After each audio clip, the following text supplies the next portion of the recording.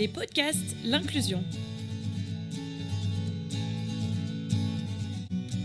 Bienvenue dans T-Learning, le podcast qui accompagne les travailleurs indépendants handicapés, les TIH, dans leur parcours entrepreneurial. Ce podcast est réalisé avec le soutien de la GFIP et de la Fondation Malakoff Humanis Handicap.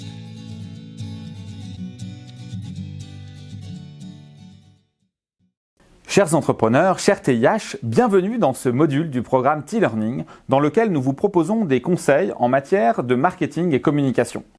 À l'issue du module, vous aurez des repères méthodologiques et pratiques sur les spécificités du marketing et de la communication pour les travailleurs indépendants handicapés.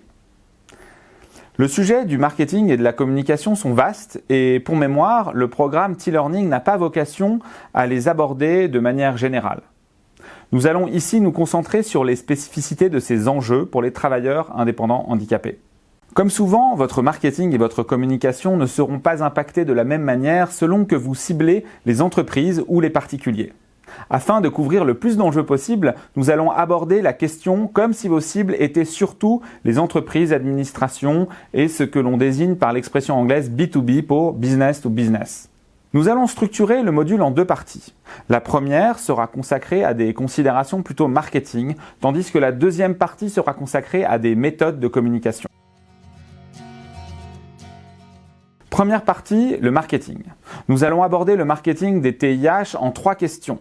La segmentation de vos offres et clients, le ciblage des offres et le positionnement de vos offres sur le marché. S'agissant de la segmentation et du ciblage, nous vous incitons à cibler à la fois des acheteurs ou clients classiques et les missions handicap. Cibler les acteurs ou clients classiques sera probablement votre priorité car vous êtes entrepreneur avant tout. Cibler les missions handicap est un autre moyen de vous faire connaître car ces équipes accueillent les candidatures de TIH d'un œil généralement bienveillant. Par ailleurs, afin de vous faire connaître, vous pouvez même envisager de concevoir une ou plusieurs offres commerciales spécifiques aux missions handicap à délivrer lors d'événements dédiés à la RSE ou au handicap par exemple. Troisième question marketing, maintenant le positionnement. Bien entendu, vous êtes libre d'exploiter ou non votre statut de TIH dans votre positionnement. C'est une décision qui doit vous revenir. Si vous exploitez votre handicap ou votre singularité dans votre positionnement, vos clients supposeront souvent que vous êtes ouvert aux questions ou témoignages sur votre situation de handicap. Il convient donc d'y être prêt. Enfin, dernier point, la communication sur l'incitation financière. Si vous communiquez sur l'incitation financière, nous vous conseillons de le faire avec prudence et précision.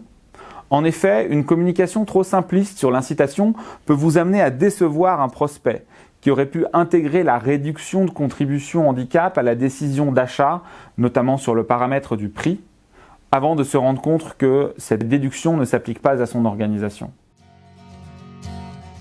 Deuxième partie, communication. Dans cette partie, nous allons aborder les questions concrètes de communication sous 4 axes de communication opérationnelle. Les messages, les formats, les supports et les canaux. S'agissant du premier axe, les messages, l'un des enjeux les plus évidents pour vous en tant que TIH porte sur la décision de communiquer ou non sur ce fameux statut de TIH. Si vous décidez de communiquer dessus, vous devrez également décider de l'importance que vous accorderez à ce message. L'une des approches les plus simples et répandues est de communiquer sur le statut de TIH et ses avantages parmi les derniers messages de votre offre commerciale afin de donner la priorité à vos compétences tout en vous assurant que le lecteur attentif ne puisse pas passer à côté de ce message. Enfin, dernier point, sur les messages, il peut également être pertinent d'inclure, comme message secondaire par exemple, des indications sur vos besoins spécifiques, qui peuvent se manifester par exemple par des modes d'intervention ou de communication spécifiques. En effet, si vous préférez par exemple travailler à distance, il peut également être judicieux d'en faire mention afin que d'éventuels clients en soient informés. De la même manière, vous pouvez par exemple exprimer une préférence pour de la communication par écrit ou par oral. Deuxième axe, les formats ou supports de communication. Généralement, il est pertinent de disposer de plusieurs types de formats ou supports de communication. Support papier, PDF, site internet, vidéo de présentation, visuel ou photos de prestations réalisées, le tout pouvant être évidemment relayé sur les réseaux sociaux. Dans certains secteurs, certains formats seront plus adaptés que d'autres. Par exemple, si vous travaillez dans le domaine de l'architecture ou l'aménagement, vous aurez sans doute besoin de communiquer beaucoup à l'aide de visuels, et notamment des visuels de vos réalisations.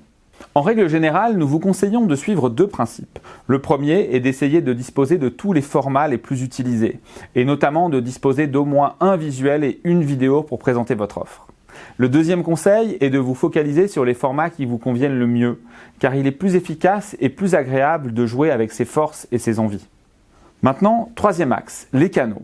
Notre conseil sera presque le même que pour les formats, à savoir que nous vous conseillons d'exploiter les canaux les plus utilisés tout en vous autorisant à vous concentrer sur les canaux que vous préférez, pourvu qu'ils soient efficaces. L'enjeu du choix de vos canaux de communication est plutôt une question d'équilibre entre les canaux qu'un choix qui éliminerait tel ou tel canal. En effet, il est recommandé d'assurer une présence minimale sur chaque canal majeur, qu'il s'agisse du numérique ou du canal événementiel ou présentiel. Chaque canal est important, même si vous avez le droit d'en privilégier certains. Avant de vous faire part de notre retour d'expérience sur les canaux numériques, nous vous précisons que les canaux de communication directe et physique seront abordés en détail dans le module 6 sur la prospection commerciale. Maintenant donc, s'agissant des canaux numériques, nous voulions partager avec vous 2 observations spécifiques. La première est que le ciblage de clients ou prospects est grandement facilité par les réseaux sociaux, et notamment si vous avez des difficultés pour vous rendre à des événements ou rencontres physiques dans lesquels votre réseau informel peut se développer. La deuxième est que les réseaux sociaux et les moteurs de recherche sont une des meilleures sources d'informations sur vous, qu'il s'agisse de votre profil LinkedIn ou d'une recherche Google sur vos prénoms et noms. Ces 2 sources peuvent donner aux utilisateurs habitués beaucoup d'informations sur vous, votre emplacement géographique, les caractéristiques de votre réseau, voire même des éléments plus sensibles comme vos opinions politiques ou personnelles. Par exemple, si vous commentez surtout des articles ou posts portant sur la thématique du handicap sur les réseaux sociaux, il est fort probable que votre réseau se demandera quel est votre rapport au handicap. Et enfin, dernier point sur la communication, votre réseau sera probablement très attentif à l'accessibilité de vos supports, notamment pour les malvoyants et les sourds. Et surtout si vous avez rendu public votre situation de handicap. Cette question d'accessibilité peut concerner autant votre plaquette commerciale que votre site internet ou encore vos vidéos en ligne. Pour conclure ce module, un dernier conseil, toujours le même. Afin de maîtriser votre discours, préparez-le et entraînez-vous. Merci d'avoir écouté cet épisode réalisé par l'Inclusion avec le soutien de la GFIP et de la Fondation Malakoff Humanis Handicap et en partenariat avec HUP Entrepreneur. N'hésitez pas à commenter, à partager, à vous abonner à ce podcast et à lui mettre des étoiles pour contribuer à un monde du travail plus inclusif.